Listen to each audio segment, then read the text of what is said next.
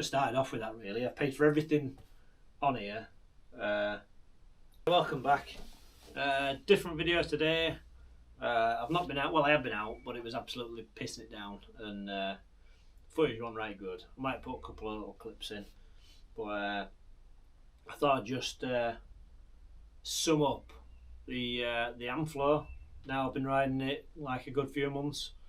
I've done like, I don't know, about 600 or 700 mile on it, so I've had enough time on bike to give a real opinion about it.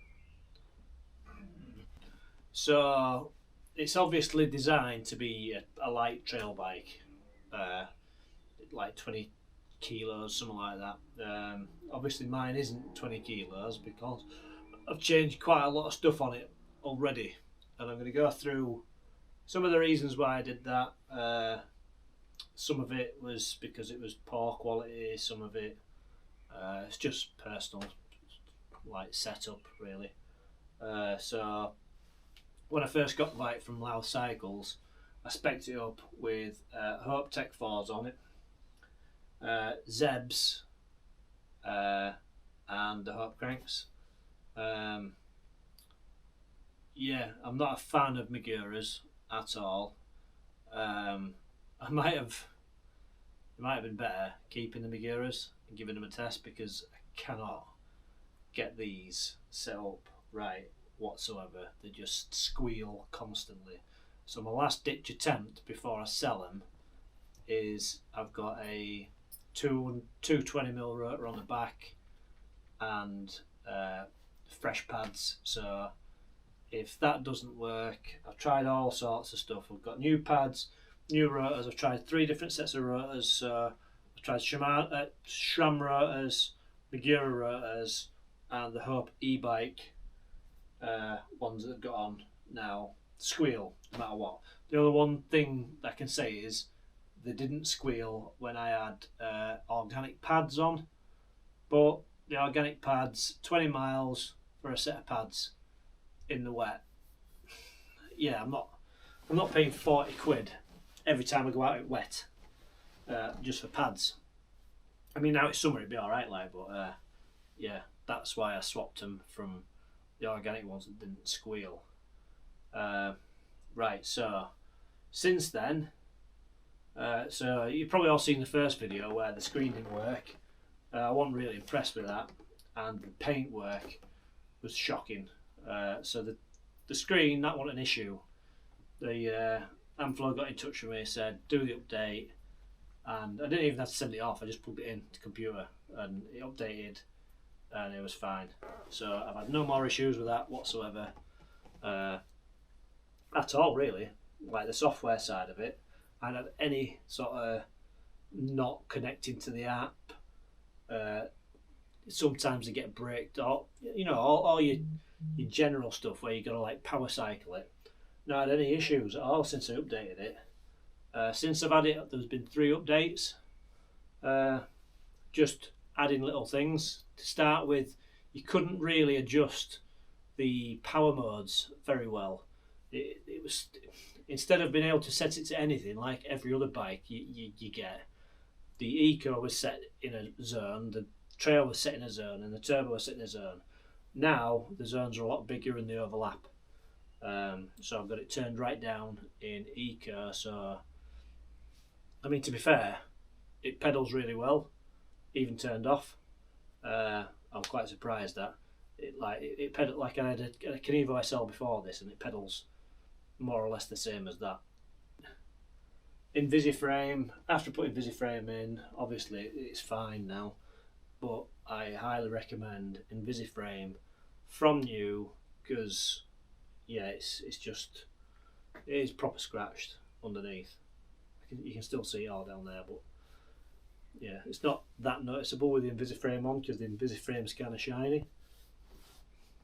But yeah,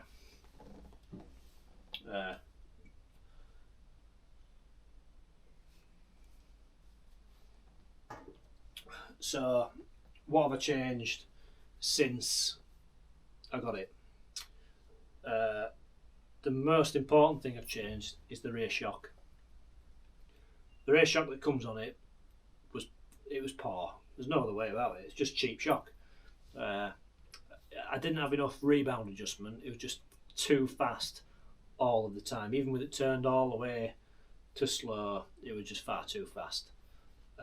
So instead of sending it away and getting it re-tuned, I managed to get this EXT cheap. It's the only reason I got it, because it was cheap. It wasn't any other reason whatsoever. It was just dead cheap.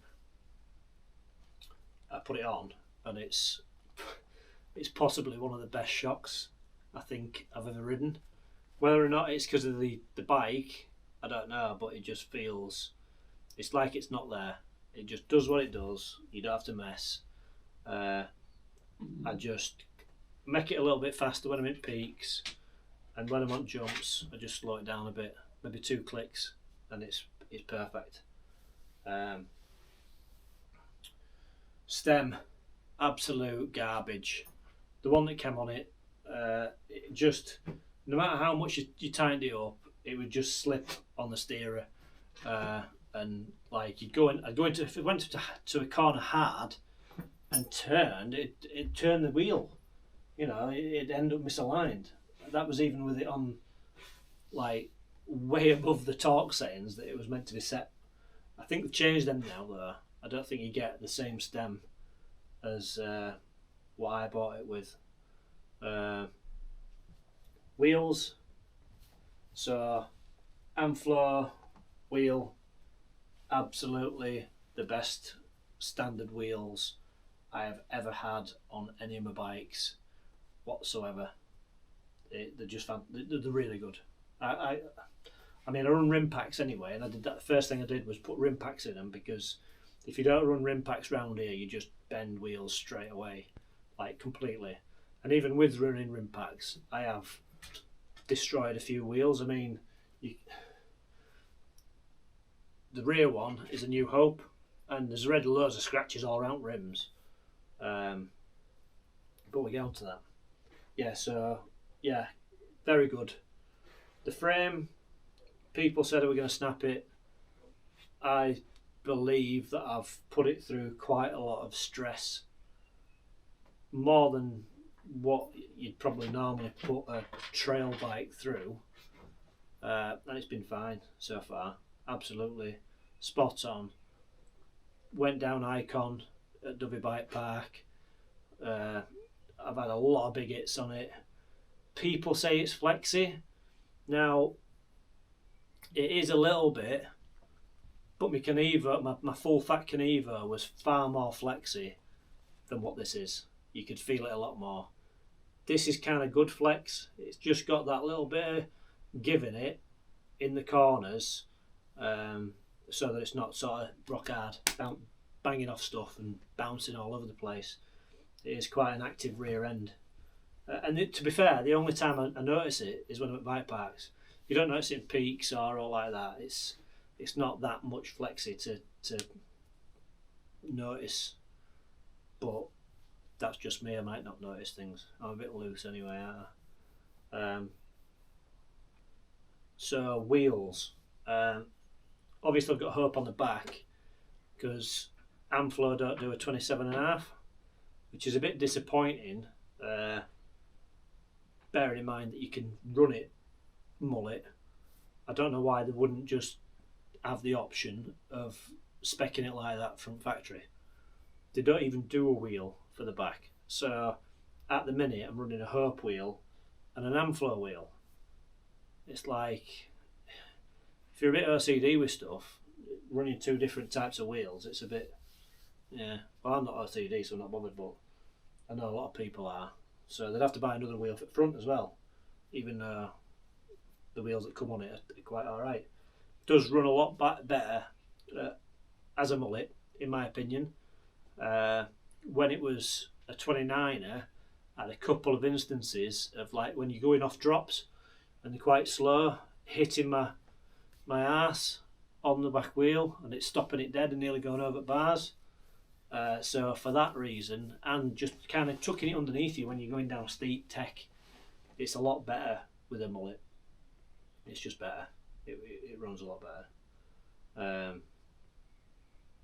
Yeah, I've changed the seat post, so I've got an AXS dropper in there now, purely because I had that off my old bike, and when I sold my old bike I took it off. The other dropper was fine, no issues whatsoever. What else? Yeah, I run RRP bolt-on Pro Guard on my Zebs because they're just neat, very good. Them Zebs, best thing ever. 3.1 charger, really really good. Best fork I think I've ever had. Yeah, it's a really capable bike. The batteries. So I went out with my mate the other day. He had an 850 high bike. I don't know what it is, a Bosch motor on it, and it outdid him. And he's a rider as well, so normally, yeah. So it outdid him on his 850. When I go out with John and them, kind of does the same as what he's getting now. John is a lot lighter. His batteries always lasted a lot longer than what mine have. So yeah, the range on it is really good compared to the iBike and the Kenevo. It's just maybe, I don't know, about 35-40%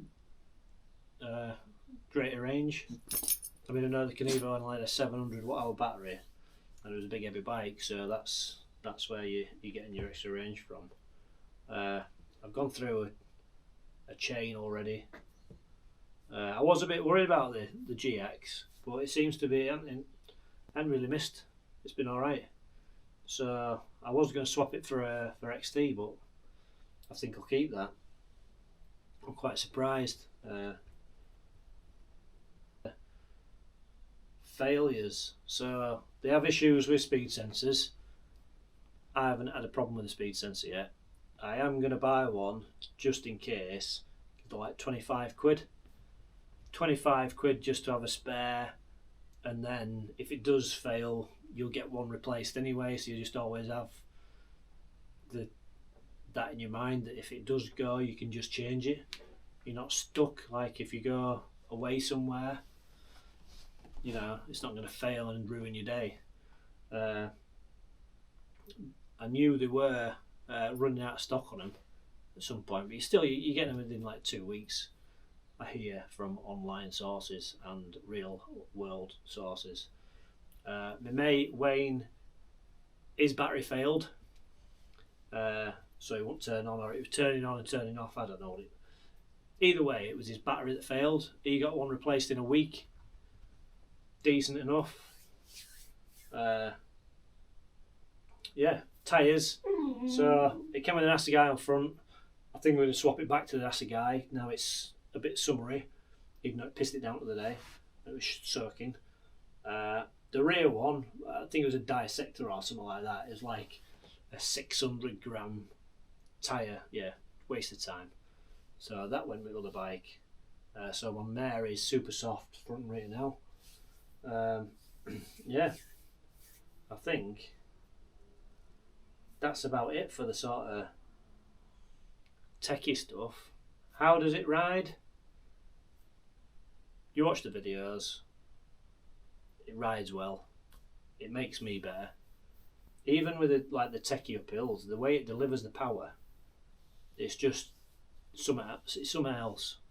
Like, I rode my mate's Mondraker the other day, and yeah, it's not got the power that this has, but also it just didn't deliver it in the same sort of way. Until you ride this, you don't really understand what I mean. It's kind of, it feels natural, like an extension of yourself.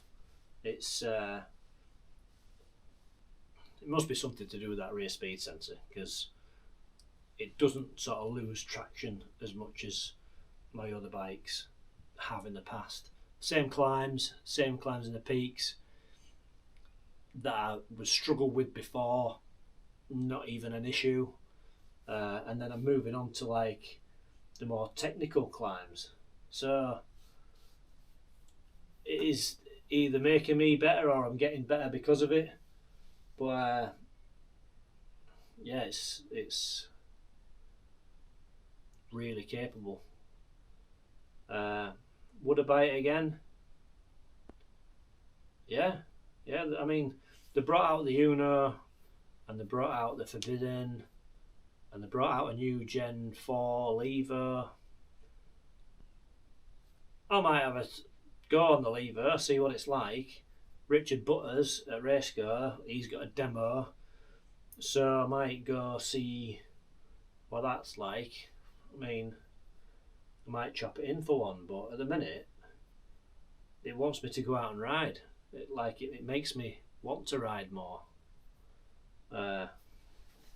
So, yeah, right, good. I forgot the VPN still works on the latest update. Thanks for using my refer a friend code, because I get like 3 months extra every time somebody uses it, so you'll get a free 3 months as well. Yeah, not sponsored at all or anything. So paid for all the bike. I should have started off with that really. I've paid for everything on here, apart from rim packs and the Invisiframe, because I just blagged them for some and they give me them. I suppose that's what you should be doing with YouTubers, but I use them anyway. You know, I wouldn't say anything. There are other stuff, Invisiframe and Shack Wrap and all that, but I've always used Invisiframe. I've probably spent about 600 quid on them. Well, probably more, to be honest. Yeah, rim packs. They sent me some out because I just blagged them basically. Said, oh, I've got loads of subscribers and they watch. So I posted on Instagram on my story about questions you want to know. So I'll go through quite a lot of them now. The actual weight now, it's turned into an enduro bike. So I've got my Magic Marys on, inserts, Hope Pro 5 rear wheel, that's a bit heavier. The Zebs, they're heavier. A stem, that one's heavier. I've put an electric dropper on it as well, that's heavier. What else have we got on it? Oh, the coil shock on the back, that's heavier. And it's running just under 23 kilos now. So a few more kilos than what it was to start with, I think it was. So obviously if you put like lighter tyres on, you can quite easily get 500, you get it down to 22, I think, quite easily. How does it feel? How similar does it feel to the Specialized suspension wise? To be honest, because I've got the same forks on the front as I did on my SL, it doesn't seem that different, to be honest. It's a little bit more, I think it's a little bit more nimble, to be honest, than the Specialized SL. The Kenevo SL, it's another, you can't compare the two. I had 40s on the Kenevo full fat, so you're never going to get that same suspension setup. I do know that the Kenevo full fat just ate shocks all the time, snapped them, wound the sides off them. Now that was a flexi bike. Am I the oldest shredder in town? No, because John rides with us and he's like well in his 60s. When you're selling it, give me a shout. Yeah, I'm not selling it. Would DJI still be the best overall system if power and torque would be in line with others? I like it. I like how it delivers power. I've got it tuned down anyway to 90, which is the same as the rest of them. So yeah, I think it's the best motor I've ridden. But I haven't ridden any of the Bosches. You see, well, I've had quick goes on them when I'm out, but I haven't bought anything with one on. I've had Yamaha and the Specialized Bros, but it outperforms any of them. Better than the Canevo, yeah, I'd say it was better than the Canevo. Two, one value for money. You can't touch it. Specialized, you can't touch it, and it does ride nicer than the Canevo, I think. But I might be weird. Is it a long-term keeper? Yeah, I'll have it. Normally keep my bikes about 2 years. Normally, apart from the SL and the iBike. iBike, that was shit. I liked it, but I just couldn't get on with it. It was just too heavy. It was far too heavy. Thinking about buying an Amflow non-pro version. What upgrades would you advise on? Magura brakes, rear shock. Two main ones. Everything else, it's kind of depends on what you're riding on it, I suppose. How does it feel to be crowned King of the Peaks? I don't think I'm King of the Peaks quite yet. Does it have enough travel? Wish you had more for the big bike parks. Yes, I do. Wish I had more. But there we go. It handles the bike parks just about. It's not made for that, but you can ride it on it. But you see Matt Jones and that ride them on hardtails, so yeah, I do wish if they had like a Canevo type bike that didn't snap shocks with this motor in, I think it'd be a right winner, full on right winner. How's the paint faring up now? Invisiframe, that's all I can say about that. I should have put it on from start. It's still shit, even where like the Invisiframe comes to an end where you can't possibly get protection on there. It's worn off where your legs are and all that sort of stuff. Is it the best bike I've ever had? Is DJI the way forward? Time will tell. There's been a few miles put on them now, and they seem to be ironing out all the problems. So I say all the problems. There's not that many anyway. I don't know if anyone's had a motor done yet. I haven't seen anyone going for a motor change or all like that. If you have, let us know. Did I consider any other shocks, or was it always the XT? Well, I tried to put an X2 on it, didn't fit. I think the new X2 is small diameter, so that might fit, but no, it was just because I got it cheap, want no else. But I do really like the XT. It's a fantastic shock. It kind of reminds me of the Olins that I had on my first Canevo and the high bike, because them rear shocks were quite good. What travel Zeb have you gone for? The Canevo's gone. Amflow purchase. So I sold my SL to a lad called John, and looks like he sold the Canevo on, and he's bought an Amflow. 170 I've got on it, mate. 170. Have I ordered an Uno? No, I'm not made of money. Matt might buy one. How's the drivetrain coping with all that power? I think I've already answered that. It's doing all right. Any more upgrades or things I'd change on it? Don't know. Not really. Nothing really. I'm quite happy with how it rides. Maybe some more grips. I don't know. Have you been worried about it being carbon? I was, but well. To be fair, the first carbon bike I had was that Specialized SL, and after I had that, I wasn't really worried about it, because I did put the SL through a lot of like hammer, and that fared up all right. And this one seems to be faring up all right as well. It's, you know, I was worried about more the rock hits in the peaks and that, but they seem to do all right. Yeah, quite a few. Quite a few Are You Gay and a lot of other stuff like that, but you know, to be expected. Yeah, so that's it then. Thanks for watching. And Wayne, who I ride with, little Thomas, it's his 5th birthday today, so happy birthday, Thomas. He was on the end of our last video. Avid watcher. I'm sure it's on mute. If you've got any more questions, just pop them in comments, and I always respond to comments anyway. Don't forget, sausage. What do you forget? Like and subscribe.